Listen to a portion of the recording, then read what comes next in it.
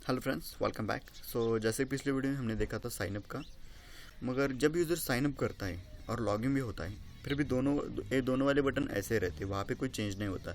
तो अब हम क्या चाहते हैं, सपोज यूज़र लॉगिन है तो उसे लॉग आउट का बटन दिखाना है। अगर सपोज यूज़र लॉगिन नहीं है तो ए वाले जो लॉगिन और साइनअप, ये दोनों वाले बटन उसे दिखाने हैं। तो चलिए आज हम उसका देखने वाले हैं। तो सबसे पहले क्या करते हैं, अपनी कोडिंग ओपन कर लेते हैं, व्यूज़ फाइल में जाते हैं। यहाँ पे अब हमें लॉग आउट का एक फंक्शन लिखना पड़ेगा। तो लॉग आउट का फंक्शन लिखते हैं, डिफ फंक्शन का नाम देते हैं लॉग आउट, और यहाँ पे कर देते हैं रिक्वेस्ट।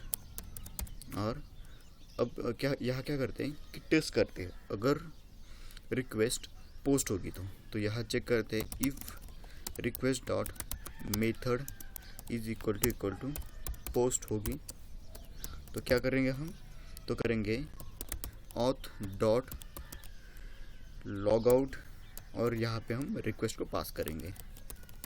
तो हमने कर दिया यहाँ पे रिक्वेस्ट, और नीचे करेंगे रिटर्न रेंडर, और यहाँ हम उसको कहाँ भेजेंगे, होम पेज पे। तो चलिए इस कोडिंग का मतलब समझते हैं। पहले तो हमें एक पोस्ट रिक्वेस्ट आएगी जो फॉर्म के थ्रू फ्रंट एंड से आएगी हमें। अगर वो रिक्वेस्ट आई तो ऑथ डॉट लॉग आउट करेंगे, मतलब हम क्या करेंगे कि डायरेक्ट लॉग आउट के लिए एक रिक्वेस्ट भेजेंगे तो ऑटोमेटिक उसे लॉग आउट कर देगा। और लॉग आउट होने के बाद हमें उसे रिडायरेक्ट कहाँ पे करना है, हमें करना है वहाँ पे अपने होम पेज पे। सॉरी, यहाँ पे मैंने रेंडर कर दिया, यहाँ पे रेंडर नहीं, यहाँ पे रिडायरेक्ट है। तो यहाँ पे मैं कर देता हूँ रिडायरेक्ट, ठीक है। तो मैंने भेज दिया यहाँ पे होम पेज पे। तो अब हमें क्या फंक्शन लिखा है हमने, बट अब हमें पाथ भी उसका सेट करना पड़ेगा। तो पाथ को लिखने के लिए हमें क्या करना पड़ेगा, पहले जो अपनी ऐप की urls.py है उसको ओपन कर लेते हैं, और यहाँ पे लिख देते हैं पाथ, यहाँ पे कर देते हैं लॉग आउट, और यहाँ पे व्यूज डॉट लॉग आउट, और उसका नेम भी देते हैं लॉग आउट, ठीक है। ठीक है, इतना हो गया। अब हमें क्या करना है कि अपनी जो जहाँ पे हमने हेडर और फुटर लिखा है, मतलब जहाँ पे अपनी ए वाली कोडिंग है, हेडर की ए वाली कोडिंग है, तो इसको पहले हमें ओपन करना पड़ेगा। तो ए वाली कोडिंग कहाँ पे, हमारी सेटिंग डॉट पाई में, जहाँ पे base dot H T M L templates है उसमें जो base dot H T M L है तो उसी में फाइल में है। तो जैसे देख सकते हैं यहाँ पे अब हमारा साइन अप और लॉगिन वाला दोनों वाले बटन से। तो अब हमें क्या करना पड़ेगा, तो इसको पहले हमें टेस्ट करना पड़ेगा कि यूज़र लॉगिन है या नहीं है। तो उसको टेस्ट करने के लिए सबसे पहले हमें क्या करना पड़ता है, यहाँ पे चेक करेंगे, कर्ली ब्रैकेट्स में करेंगे इफ़ यूज़र डॉट इज़, यहाँ पे चेक करेंगे ऑथेंटिकेटेड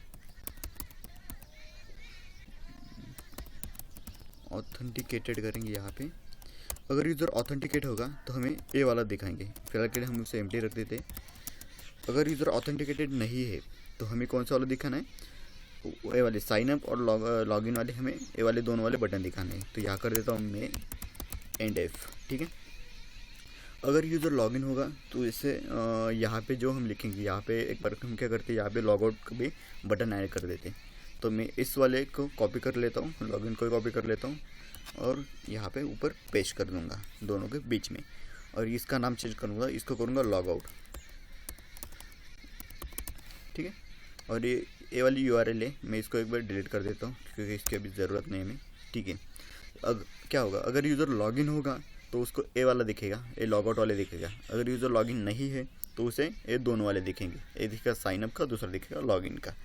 तो अब हमें क्या करना है, जब भी यूज़र इस लॉग आउट पे क्लिक करेगा तो एक रिक्वेस्ट पास करनी है, किस वाले फंक्शन को रिक्वेस्ट पास करनी है, अपने जो अभी हमने फंक्शन लिखा है यहाँ ए वाला लॉग आउट वाला फंक्शन, इस फंक्शन को हमें कॉल करना है।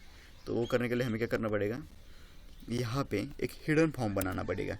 तो हिडन फॉर्म कैसे बनाते हैं हम लोग, जैसे नॉर्मल फॉर्म एचटीएमएल बनाते हैं सेम वैसे ही बनाना है हमें। यहाँ पे करेंगे फॉर्म, और इसका आईडी देंगे, आईडी इज इक्वल टू हम करेंगे लॉग आउट, ठीक है। हम जावास्क्रिप्ट के थ्रू इसे कॉल करेंगे, लॉग आउट करेंगे, फिर मेथड देंगे, मेथड वहाँ पे हमने पोस्ट ली तो यहाँ भी हमें पोस्ट ही करना पड़ेगा, और उसका एक्शन देंगे, उसका एक्शन कहाँ पे हो, ठीक है, उसका एक्शन कहाँ पे होगा हमारा, उसका एक्शन होगा लॉग आउट पे। क्योंकि अगर हमें यहाँ पे एक्शन किसी दूसरे फंक्शन को दिया तो जब फॉर्म सबमिट होता है, मतलब जो भी डेटा पास होगा तो वो कहाँ पे होगा, उस वाले फंक्शन को जाएगा।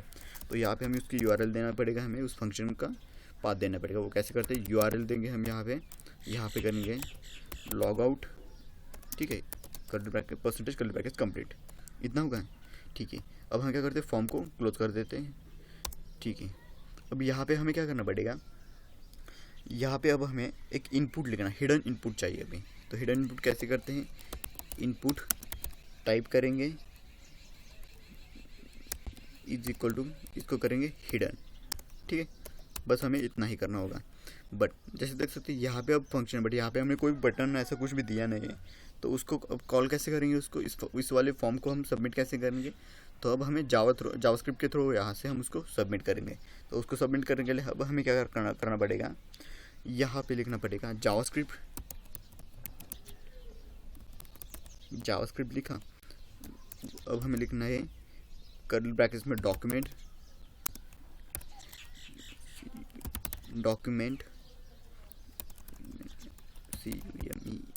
डॉक्यूमेंट डॉट गेट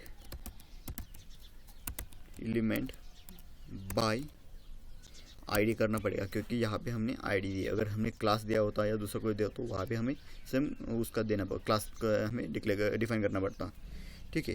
अब कौन सा वाला हमने यहाँ पे आईडी कौन सा दिया है, लॉग आउट दिया है, तो हमें क्या करना पड़ेगा, लॉग आउट देना पड़ेगा। तो मैं देता हूँ लॉग आउट देता हूँ, ठीक है। अब हमें क्या करना है, यहाँ पे अब हम क्या करेंगे, फॉर्म को सबमिट करेंगे। तो डॉट लिखेंगे और यहाँ पे कर देंगे सबमिट कर देंगे, ठीक है।